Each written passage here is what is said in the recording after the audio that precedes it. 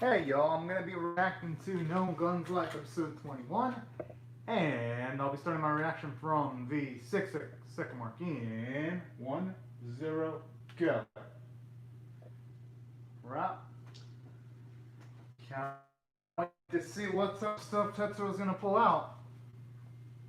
Although, in saying that, it didn't seem too good for him because in the PV, it did sound like he was gonna be in a compromised position. And that's what I like. Tetsuo realizing the errors of his ways at the very least. And he's finally realized what Hughes has been trying to tell him all this time, where if you want things done, you gotta be capable of doing things for yourself first.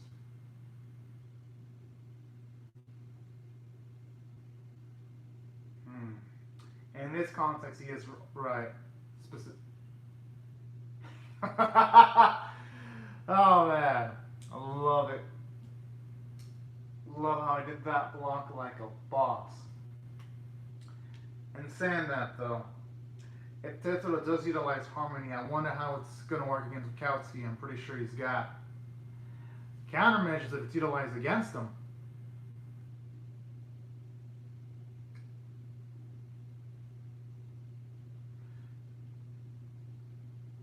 Okay, going by lack, we're seeing some of his veins pop out. I wonder if he's. Oh!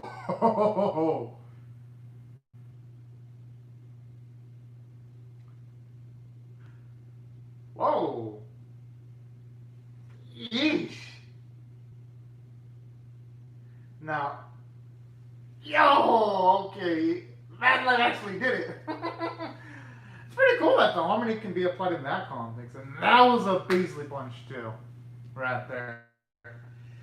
It's actually nice to get to see Tetsuo land a hit, because all things considered, he's always been on the receiving end of the people. Whenever he gets hit, he usually never pulls off punches of his own. So I like that.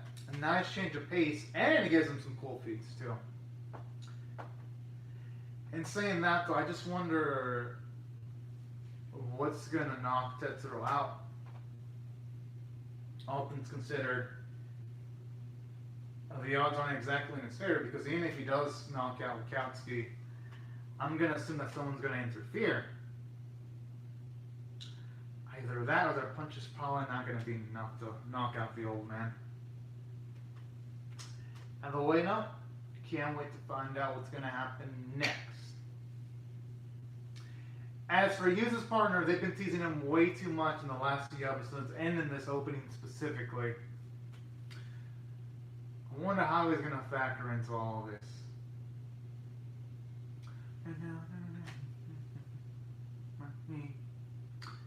Oh man, this song. One of the few openings where I actually listened to the full version of it right before reacting to a known Guns Live episode. And I never get sick of it too.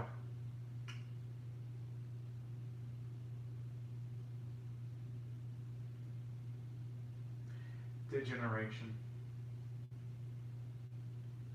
Oof.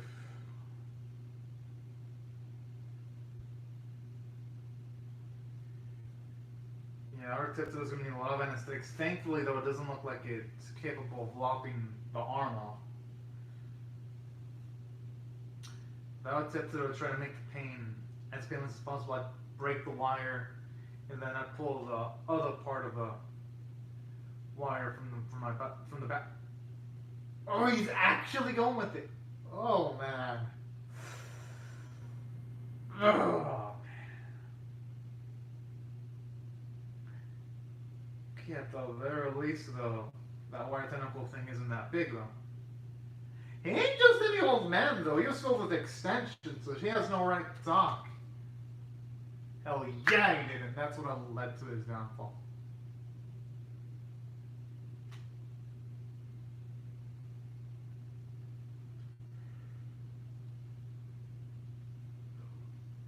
He ain't wrong about that. Well, it depends. Sometimes when you respond big enough, though, there's going to be little to no response, depending on the context.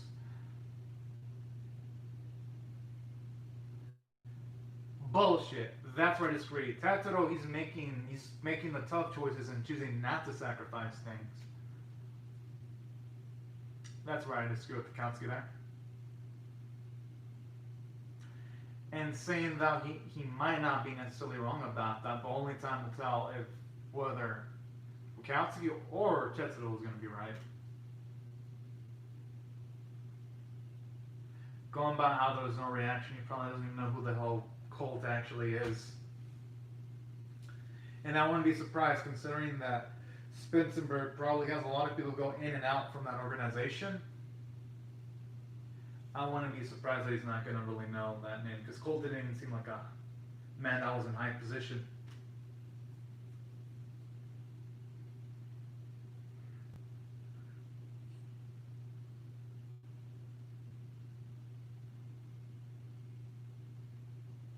At least he's calling out Akatsuki on his bullshit, though.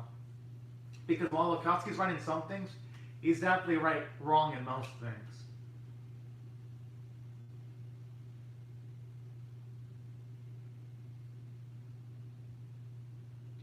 Oh, yo, not only has he turned into a physical beast, like I would just psychologically punch this man into the ground, too. That is actually a good question.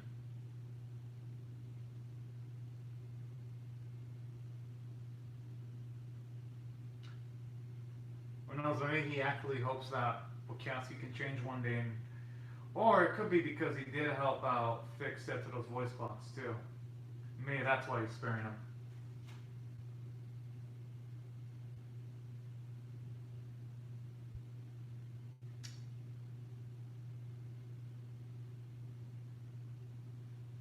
Oh! Dang, now Twisted Man's worth against him. That's good though. Seriously, done a good job of making Tetsuro into a really dynamic character in just a small amount of time too. He's saying that you can tell from the look that he's making, those were having an effect on him.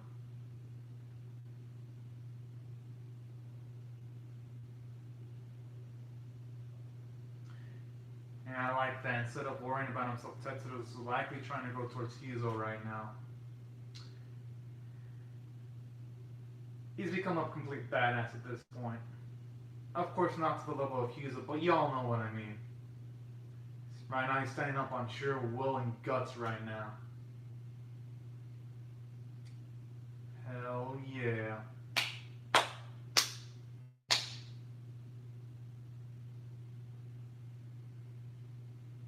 Oh, alright. At least saw one positive end result from his results, though, even though Katsuki is kind of a sack of shit. No. I was hoping he would have lived.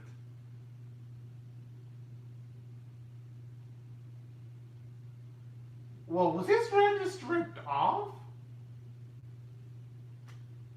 Oh yeah, true. He was asked to worry about these two crazy ass fuckers.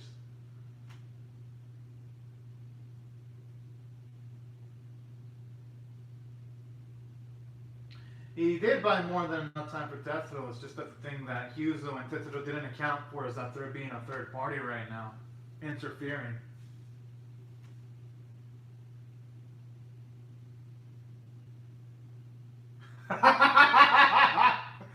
Oh, and I love how I just mentioned Cronin there. Again.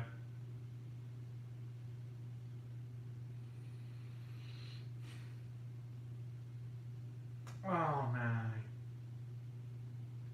Huh? Why would he be shooting his own ally?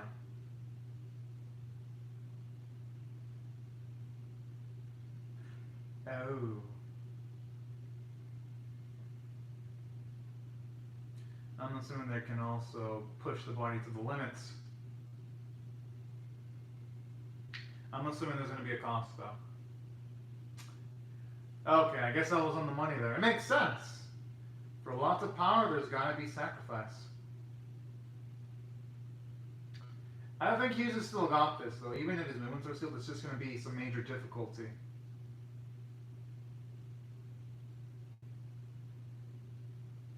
Oh. Wait, where'd the Opie come from? Fuck. Thought he was in what to do. Oh, no. Oh, Yuzo. I'm actually surprised Funimation didn't censor that the breast and though because I'm also reacting to Super Extras, which is new episode's gonna come out tomorrow, and I'll be reacting to that. But in that series, they censor shit even if a character has a bra on sometimes. Yeah, they're letting this lady with its full chest exposed on the screen. Can't, he should be more worried about dodging the attacks than about what his opponent's wearing.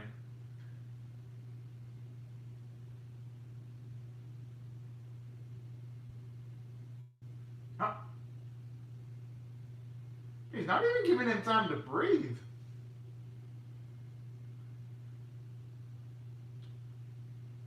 Oh no, he's actually losing all. Oh, okay, I was worried for a sec. Woo.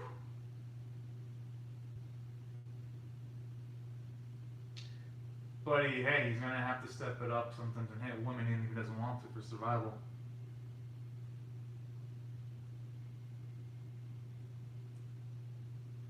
Oh. Oh, fuck.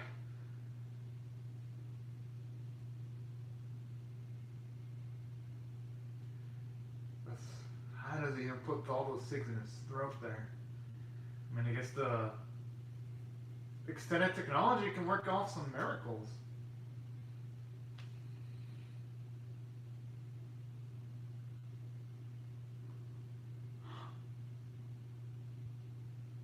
Okay, talk about this man being playing 4D chess while I'm going to be playing either regular chess or checkers.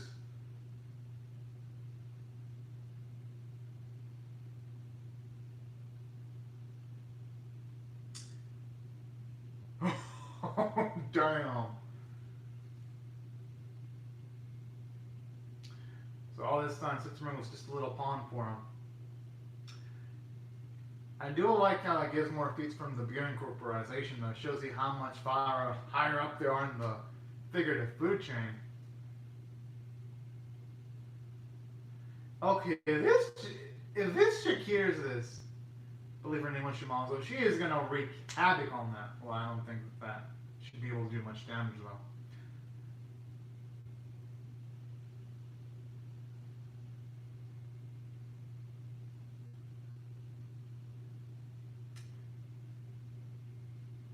It's gotta be the beer incorporation. It's the only one.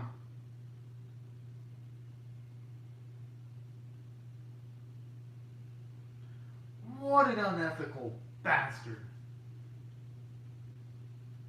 I hope Pisa puts his head on a wooden spike. I hope. Oh no, don't tell me their knees are tipped as a hostage there. Fuck.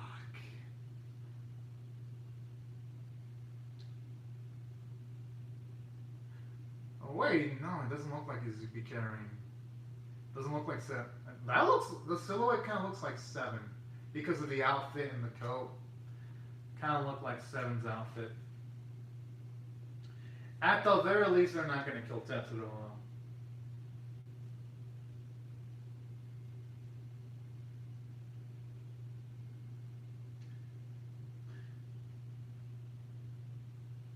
The chick has to think clearly because she's injured.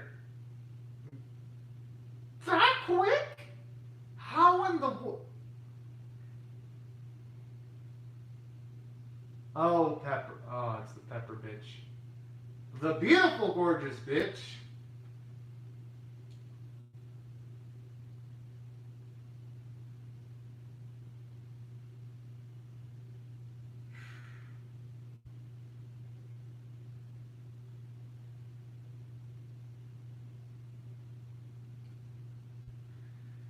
Cannot feel sorry for that. I'm muscle bound girl now.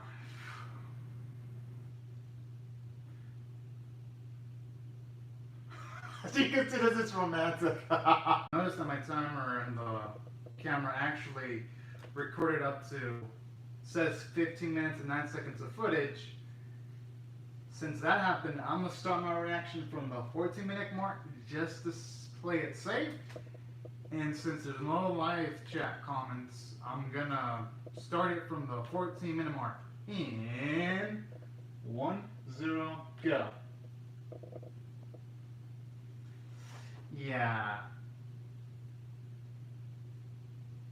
Whatever it's actually was gonna try to do was gonna fail anyways.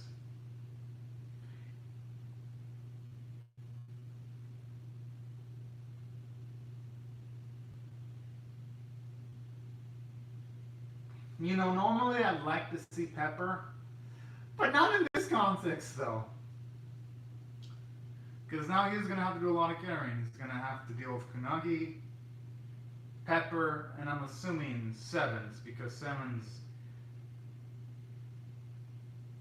we all know he's overly protective of Pepper.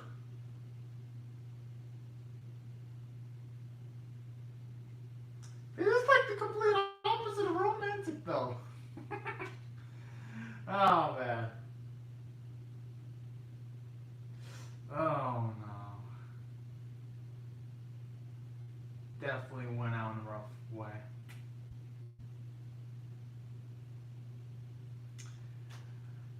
Ah, there is Pepper's boy toy. Sevens.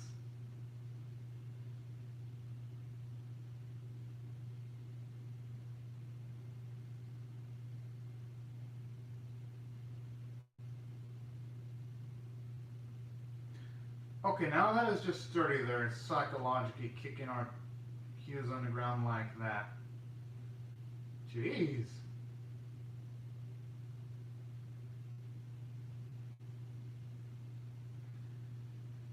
Okay. I actually like how they gave confirmation on that, because I was kind of thinking that maybe Hughes' partner died or something.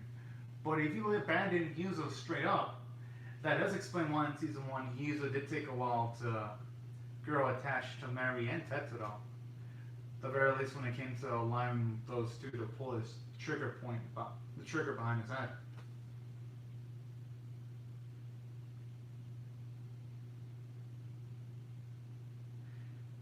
You know, if Pepper wasn't such a crazy bitch and she was just a normal lady, she would probably have a lot more success in winning someone like Kyuza.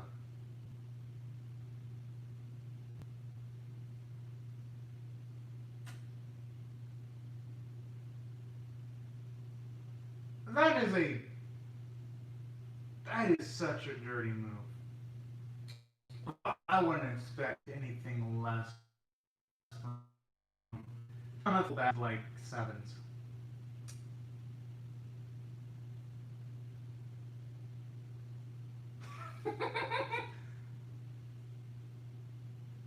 I think there's more to like about Yuzu than just that. I'd say Yuzu's got definitely much more emotional maturity than Sevens.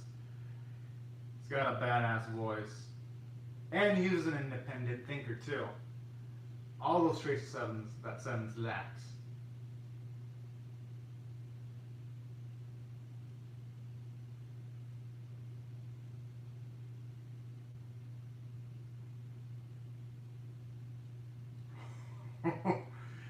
Yo, talk about stepping on someone's marbles like that.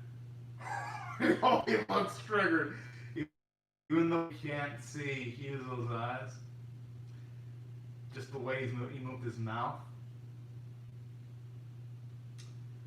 Oh, hell yes! I like me some Berserker Huzo. Because all things considered, Tetsudo isn't around, so you can whip all the stops here without having to worry about anything.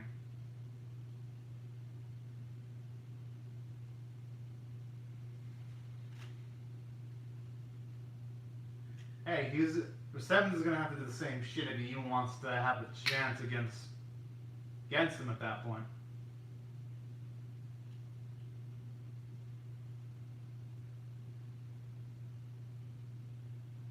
Oh.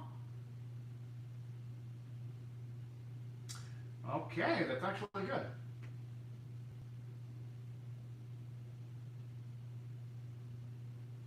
Okay, how did she do that cut accurately? Just imagine she was off by a few seconds. She would have accidentally cut Seven's back. Oh, man.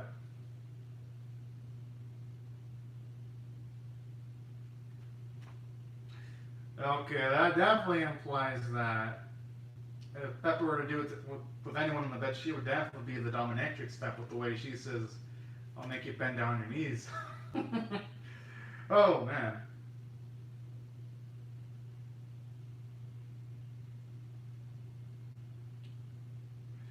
Hell yes! It's been forever since they've actually shown Cronin.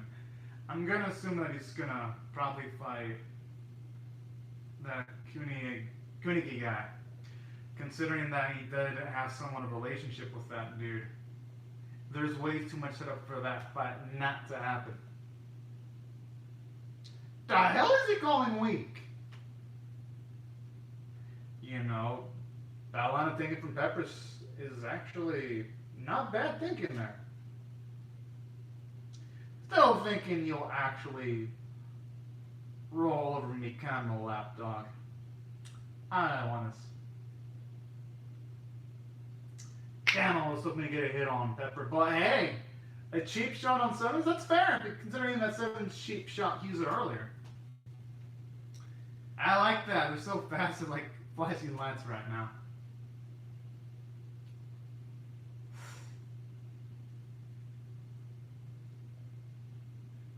Good choreography there. They're actually using the environment, using bits of it to jump and try to get an advantage over one another. Even though the animation isn't the grandest because No Guns Left has had better animated fights, for the most part the directing for that fight sequence so far has actually been good.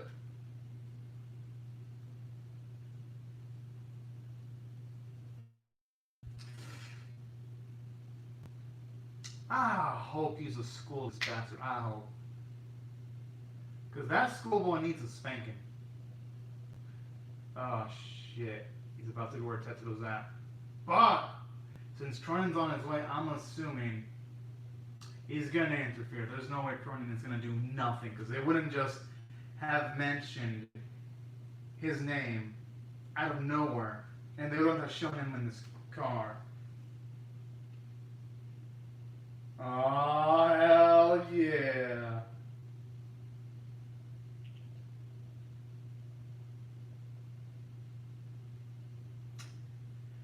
Okay, that explains why that man's pretty good at fighting then. Huh.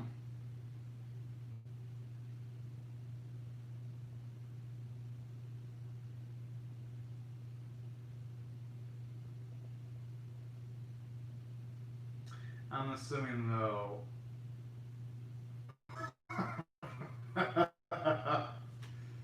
Looks like he's about to have his game face on right now. Oh hell yeah. And you know Hughes did tell Cronin to take care of the fellow pupils. He did say that earlier, so it looks like Hughes is about to get his wish. Never thought I'd see the day where I want to see Cronin back, but fuck yeah, I'm glad. Don't get me wrong, I always dug Cronin, but shit. Anytime he has a chance to do something badass, it's a cause of celebration. As for the episode itself, I actually really loved it. I'm gonna rate this one straight up and 9.25 out of 10 because I thought it was monumental towards Tetsudo's growth as an individual. Because Tetsudo was able to defend himself, he was actually able to get a win in a fight. You see his maturity. He becomes much more of a badass in this episode. So that's why I had to give it that kind of high of a rating. And I even like those moments with Sevens and Pepper just getting to see their absurd craziness on screen. You'll have to see shit. It's kind of sad to see how clingy this dude is. And I love the characterization from Pepper because it does imply she's willing to throw away Sevens if Sevens does become worthless. At least that's what it's implying. And that's why I thought it had some pretty dang good character bits. And from a story standpoint, it was great because there was action from start to finish. Not a single dull.